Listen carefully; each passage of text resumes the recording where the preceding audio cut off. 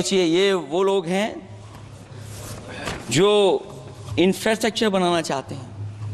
अध्यक्ष महोदय, चीन के सवाल को लेकर के कांग्रेस पार्टी के भी कुछ विचार हैं, हमारे भारतीय जनता पार्टी के लोगों के भी विचार हैं। सच्चाई ये सदन और ये देश भी जानता है, एक समय पर हम लोगों ने बहुत लाखों लाख किलोमीटर की ज़मीन, लाखों लाख एकड़ की ज़मीन हम लोगों ने खोई, और अब उसी रास्ते पर भारतीय जनता पार्टी चल रही है। अध्यक्ष महोदय, सवाल ये है, ज़मीन खोने के साथ साथ भारतीय जनता पार्टी स्वीकार नहीं कर रही है कि ज़मीन चीन ने कब्जा की है। और ये बात अगर हम लोग कह रहे हैं तो जो अखबारों में खबरें निकलती हैं, टीवी पे कभी कभी खबरें आती हैं, अध्यक्ष महोदय सरकार को कहिए कि ऐसे चैनल, ऐसे अखबारों पे FIR लिखा करके उन्हें जेल भेज दो। क्योंकि कुंभ की जो खबर चलाना चाहते थे, कुंभ की जो खबर देना चाहते थे, उन कुछ साथियों पे आपने FIR लिखा दी है। अगर कुंभ पर सच्ची खबर दिखाने वालों पे आप FIR लिखा सकते हैं, तो फिर चीन की खबर, जो खबर चला रहे हैं, उस पर भी आपको FIR लिखवानी चाहिए। दूसरा, हमारा एक जाति जनगणना का मसला बहुत पुराना है, ये कोई नया नहीं है। आरक्षण के सवाल पर इस देश में दक्षिण भारत से लेकर के उत्तर भारत में और देश में जगह जगह पर बहुत सारे नेता ऐसे रहे जो आज हमारे बीच नहीं हैं, जिनकी वजह से हम आज उस आंदोलन को आगे ले जा रहे हैं। बाबा साहब भीमराव अम्बेडकर जी का जो संविधान है, उसके तहत जो हमें हक अधिकार मिले हैं, आरक्षण की व्यवस्था है, उस व्यवस्था को और मजबूत बनाने के लिए जाति जनगणना होना चाहिए। उसके पक्ष में अब तो कांग्रेस पार्टी भी है। एक समय था जब कांग्रेस पार्टी उस पक्ष में नहीं थी। और अध्यक्ष महोदय, मैं बड़ी जिम्मेदारी के साथ कहना चाहता हूं, अगर उसी समय कांग्रेस पार्टी भी पक्ष में होती तो आज हमें आपके सामने खड़ा नहीं होना पता, मांगना नहीं पड़ता जाति जनगणना। लेकिन अध्यक्ष महोदय, मैं अपने कांग्रेस पार्टी के साथियों से भी कहना चाहूंगा,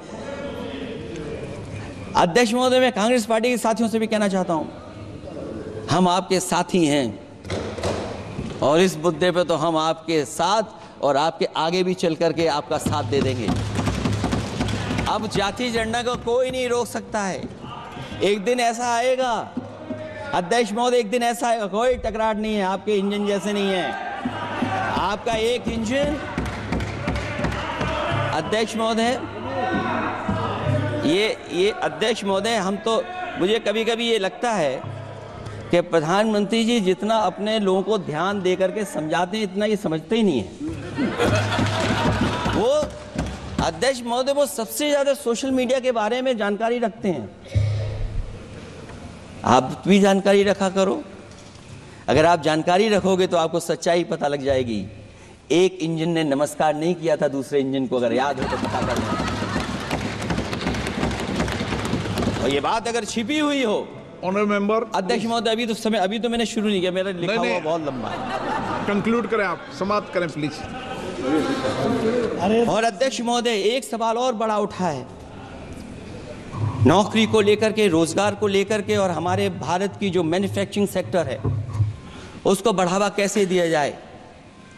चीन जैसा देश केवल एक पे हमला नहीं कर रहा है अध्यक्ष महोदय, आपकी जमीन भी छीन रहा है और आपका बाजार भी छीन रहा है। और ये बात अगर गलत हो तो सरकार हमें बताए, वो आंकड़े दे। अगर कांग्रेस पार्टी का रास्ता था तो आपका रास्ता कांग्रेस पार्टी का क्यों है? अगर कांग्रेस पार्टी का वो रास्ता था तो आपका रास्ता क्यों है वो? मैं तो जानता हूं जिस दिन उनके सहयोगी साथी समझ लेंगे, वो भी साथ छोड़ जाएंगे। दूसरा जो सवाल कहा गया है अध्यक्ष महोदय, जिस समय बाजार खोला गया, जिस समय हमारा व्यापार के लिए पूरा बाजार खोल दिया, हमसे ज्यादा वित्त को समझने वाले इकोनॉमिस्ट और बहुत सारे जानकार लोग, वो मुझसे बेहतर समझते होंगे, लेकिन मैं ये बात समझता हूं कि जिस समय बाजार खोला गया उस समय ध्यान उतना हमारे देश की अर्थव्यवस्था पर नहीं रखा गया। अगर उसी समय पर मैन्युफैक्चरिंग सेक्टर को जिस जिम्मेदारी से रखना चाहिए था नहीं रखा गया, अगर उस समय रखा गया होता तो शायद अध्यक्ष महोदय हम लोग चीन से आगे निकल गए होते। आज चीन आगे है, हम लोग पीछे हैं। क्या आप इनको ज्ञान दे रहे हो क्या?